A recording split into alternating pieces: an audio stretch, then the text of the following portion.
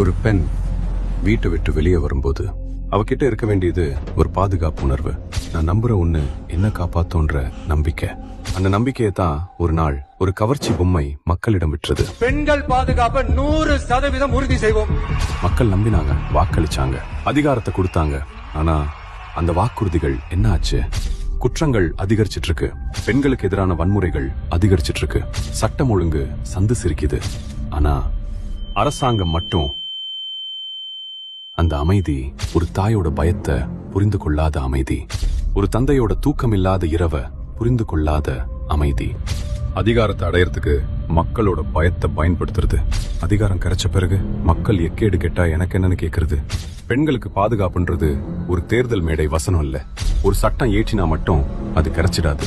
ஒரு பெண்ணுக்கு நான் புகார் செய்தா காது கொடுத்து கேட்பாங்க, நான் நீதியை தேடினா என்ன தனியா விட்டுவிட மாட்டாங்க, தப்பு செஞ்சவன் எவ்வளவு அதிகாரம் கொண்டவனா இருந்தாலும் சட்டத்தின் முன் நிறுத்தப்படுவான் அப்படின்ற நம்பிக்கை இருக்கணும்.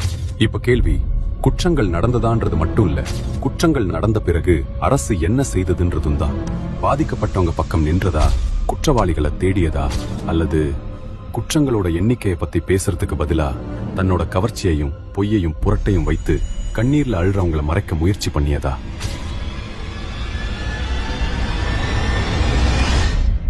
வாக்குறுதி கொடுத்தவன் சொன்னதை மறந்துடலாம், ஆனா மக்கள் எதையும் மறக்கறதில்ல.